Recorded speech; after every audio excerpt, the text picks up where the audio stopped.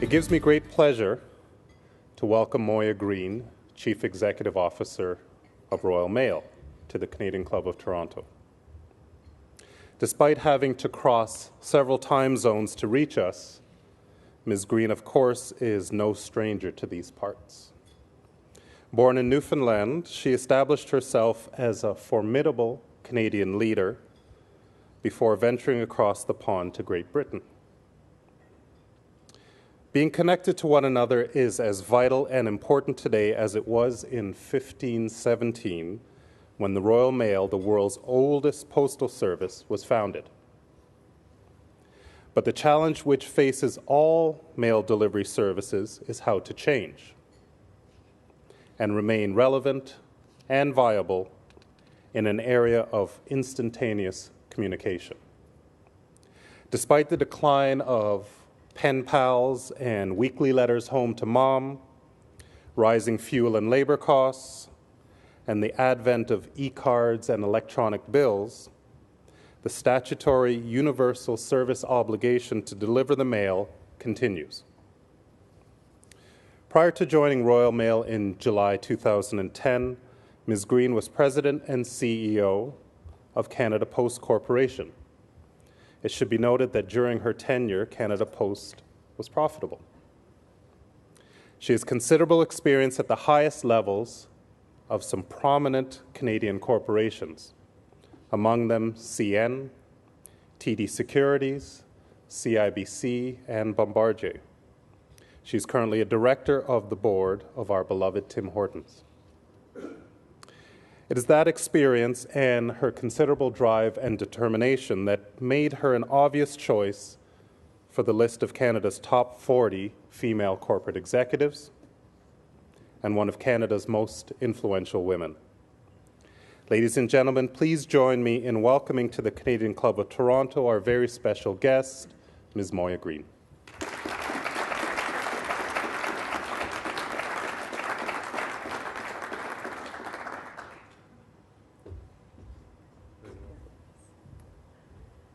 Thank you very much, Nicholas. That was a lovely introduction, and I wish 1/10 of it were true. It's a great pleasure for me always to come home. You know, Canada's home. I love the UK, and my time in the UK thus far has been both interesting and wonderful, but you know, Canada is and always will be home. As Nicholas mentioned, it's a daunting thing to take on an iconic entity like the Royal Mail, which has been around since Charles I. He created a letters office for missives within the land, and that was the first national universal service in the world. And so 400 years later, lots has changed. I knew a little bit about the business, as Nicholas said, because I had run Canada Post. But Canada Post, you know, we all have challenges with declining letter volumes. But Canada Post does not have, in any way, shape, or form, the sort of challenges that had beset the Royal Mail. Tradition is a wonderful thing, and it is a great source of pride to lead an iconic entity like the Royal Mail. But sometimes it gets in the way, too. Sometimes it prevents needed change, timely change. And, you know, many people still write to me in the UK to tell me that the service is rubbish, which is a great British word. The service is rubbish because they remember when we used to deliver 3 times a day, and that they could get their post before breakfast, and again, you know, before their tea in the afternoon. And so on that, I suppose, measure, because we deliver once a day, I suppose it has gone downhill. The government in the United Kingdom has known for a very long time that government ownership did not suit this commercial entity called the Royal Mail. The first attempt to free the company to receive outside capital was, I guess 40 years ago, and many attempts have failed. I believe this government, Mr. Cameron's government, has far greater likelihood of success than any of the other previous attempts. And because the government has been determined from the first Queen's speech to allow the company to have access to private capital, the government has finally been prepared to do the things, the many things, that will allow the company to deserve private capital. I'd like to tell you a few things about the Royal Mail that will probably surprise you. The first is the scale of the business. This is a £9 billion business, and it is a business. It has a vast network.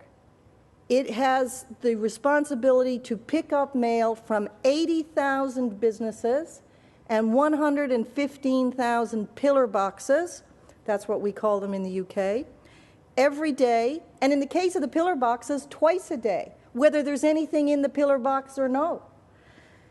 We have to pick up everywhere in the UK, and we have to deliver 59 million items every day, 6 days a week, overnight delivery to 29 million addresses with the highest minimum standard in the world at 93% on-time delivery.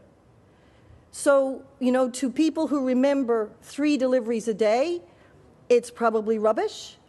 But to me, from Canada, I say it is still, despite all of its challenges, the very best service in the world. The company has had a regulatory approach unlike anything else in the world. In fact, it was that regulatory approach that was almost the proximate cause of death, in my opinion, to the Royal Mail. Before the company had an opportunity to modernize, before the company had the necessary capital to modernize, the government in the UK liberalized the postal business.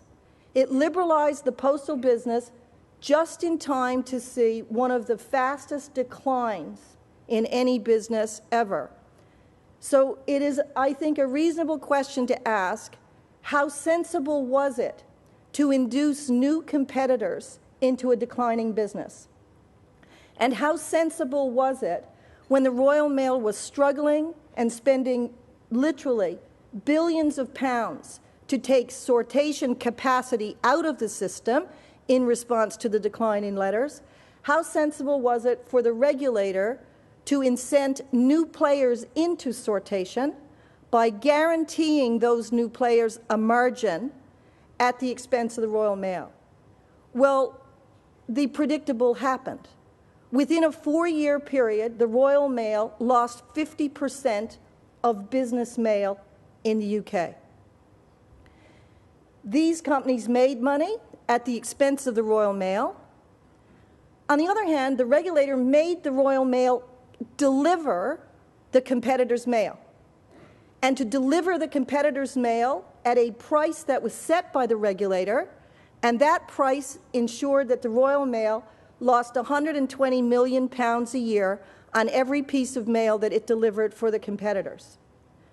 Not surprisingly, when I came to the company, I knew that one of the things that would have to change was that regulatory approach, or this company would never have access to outside capital. Over a 10-year period, Royal Mail had lost 50,000 employees. Our people were demoralized. They could not understand why this regulatory approach had been taken. That was the regulatory approach for the letters business. Thankfully, the Royal Mail is also a very big player in the parcels business. As you know, from Canada and everywhere, there are many, many players in the parcels business. In the UK alone, there are 50 national players and hundreds of local and regional players. Only one player was regulated, the Royal Mail. The Royal Mail's prices were price controlled, and price controlled at such a low level that not only did we lose money on every single parcel and packet that we delivered, it was actually impossible for half of the UK parcels market to make money. And today, only 2 or 3 national players are profitable. The regulatory approach had actually distorted pricing for the whole market. Not surprisingly, the financial situation of the Royal Mail that I inherited was very, very fragile. The company had been cash negative for about 6 years. The company was losing money in its core business. Over a 4-year period, it had lost more than £1 billion. And as I mentioned, the regulatory model was such that it had no way to make money in any business. It had a huge pension deficit, something that I knew a little bit about because we had some of the same problems at Canada Post, but the scale was really on a different level. It had a £10 billion pension deficit. The company was insolvent. We were doing going concern determinations at the board level every month. Any of you in business who've ever been, party to a going concern determination, you know just how difficult that can be on an organization, how it can stretch an organization. The company had had no access to outside capital. It had just begun a modernization program that was undercapitalized, and that modernization program had yet to yield benefits. So that was the company that I inherited. 2 years later, because of the government's desire to free the company and to allow it to have access to outside capital, Mr. Cameron's government has taken some very, very difficult but essential steps. The pension deficit has been removed from our balance sheet, and a further restructuring of our balance sheet has been done, such that when Mr. Osborne stood up a few weeks ago to deliver his budget address, the pension historical deficit had been moved to the government's balance sheet, and we had had our deal with Treasury approved by the European Union and Commission. So that's now done. The balance sheet is now corrected, and we had our first board meeting last week, which did not require a going concern determination. So we are now solvent. As a result of 2 price rises, both of them have been controversial, but they were necessary. As a result of 2 price rises that we have put in place last year and this year, the company is now cash positive for the first time in many years. We have reduced the losses in the core business by about 65%, and I think that we should, if we are fortunate with the price increase, if the elasticities go the way I think they're going to go, I think that we should be profitable in the core business, perhaps by the end of this calendar year. So there is light at the end of the tunnel. We have to obviously keep our eye on our costs, and we have done that. I mentioned that we have reduced employment in the Royal Mail, sadly, because when we talk efficiency, there's a human face to efficiency. And it was very hard for our people to see that they could not serve out their lives with the Royal Mail, and to see new competitors come on stream, taking mail from this system, the universal service provider, by being able to cherry pick. Obviously, they did not have to go to the 29 million addresses. But we have continued to really control our costs. Last year alone, another 5,400 people sadly had to leave the Royal Mail, and 2,000 of those were in the management cadre. I would say that we are doing well with the modernization program. It's a very difficult program. We have taken 12 sortation facilities out of our system in the past year. Thankfully, our relationship with our union is pretty good. I've been able to do that without having an interruption. An interruption would be very, very poor given the state of the business generally and the state of the economy. But, it was not always the way. As you probably know, I have a legendary union, the CWU. Thankfully, they understand the business very well. But, you know, in order to get the ability to modernize the company, we have had to, in the past, bear a couple of strikes. That has not been the case in the past 2 years, and I hope that it will not be the case in the future. We have a plan. The government has asked me to prepare the company to present itself to investors for capital before the end of 2013. And so we are working at breakneck speed to do everything that we have to do in order to meet the government's timetable. Let us hope that the market is receptive. We were talking at our table about the Eurozone. It is probably one of the most complex markets for anyone to read today. I can tell you, though, the company will do everything in our power as a board and an executive team, and the government has already indicated that it will do everything reasonable in their power to put the company in a position to at least present a compelling case to investors. Whether the market is receptive at that time, you know, it only remains to be seen. So I would say that we are on a good path now. There's no doubt that as far as our people are concerned, I'm out in the field about 15% of the time. It's more upbeat today than it was 22 months ago. People feel that getting rid of that punitive regulatory regime was a great step forward. People feel that the company can now chart a course that will be successful. I'm going to tell you a few facts about the Royal Mail's revenue that you probably don't know. People are always saying to me, you know, isn't that a dead business? How do you expect to have access to outside capital? And I say, well, you need to understand the revenue mix of the Royal Mail. Less than 40% of our revenues come from letters.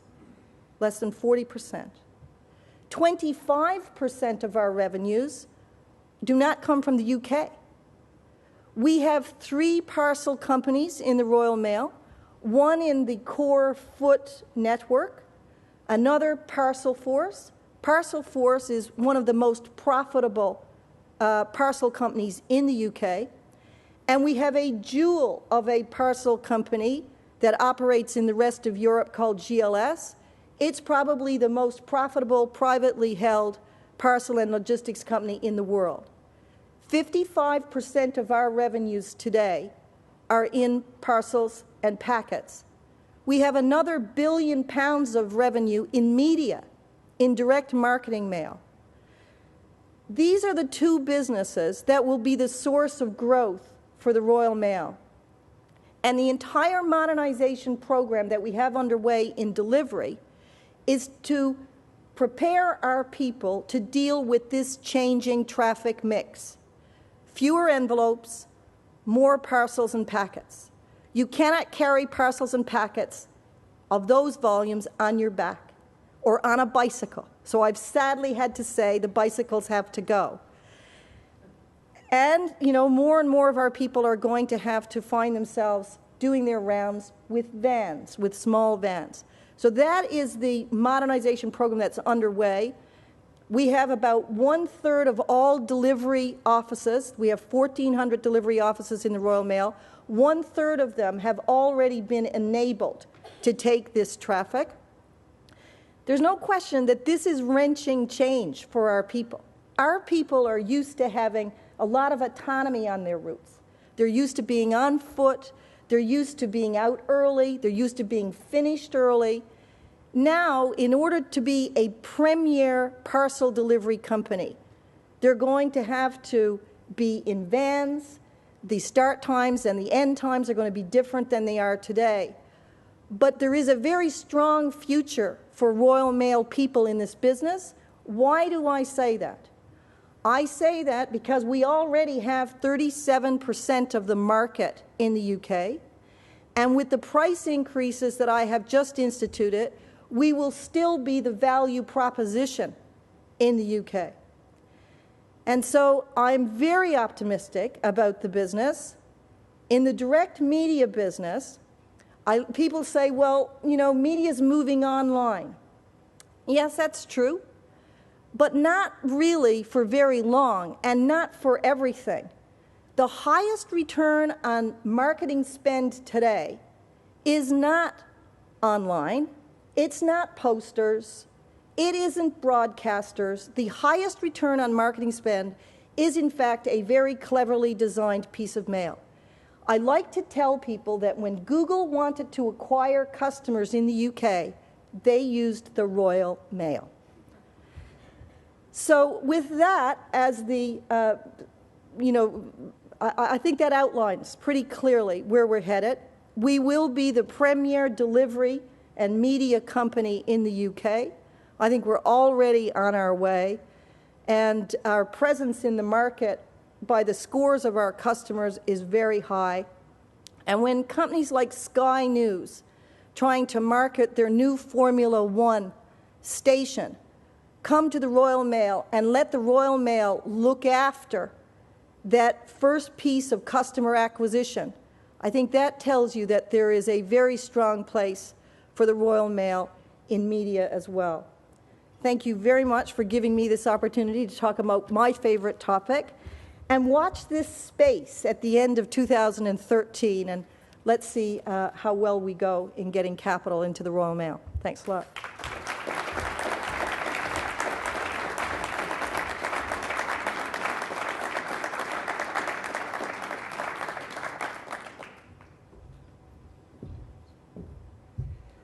Ms. Greene, on behalf of the Canadian Club, I'd like to thank you very much for coming to address the club today at lunch. I can say, boy, I'm sure the royal change has certainly changed since 1576. Having enjoyed a very stimulating and energetic conversation with Moya at lunch, I'm sure the government still doesn't know quite what hit it when you arrived 2 years ago.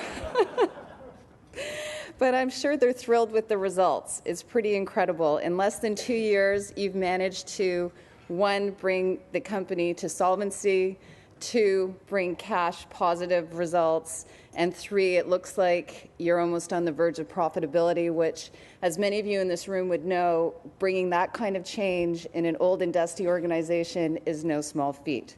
So congratulations. And I am sure if the government is successful in privatizing this asset, it will be because Ms. Greene has really made the tough decisions that need to be made leading up to that type of an endeavor. So thank you very much for sharing your thoughts with us here today. And we wish you the best of luck, and I'm sure we'll all be reading with interest to see what happens with the Royal Mail. Thank you.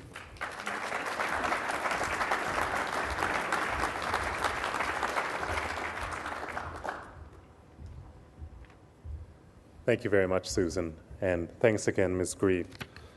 I was captivated. It was very, very interesting and informative. So this concludes our television programming, which will be broadcast on Rogers TV in the days to come. We continue to be grateful to Rogers TV and 680 News for their promotion of Canadian Club events. To learn more about the Canadian Club and our upcoming events, please visit us at www.canadianclub.org. Thank you all for joining us. This meeting is now adjourned.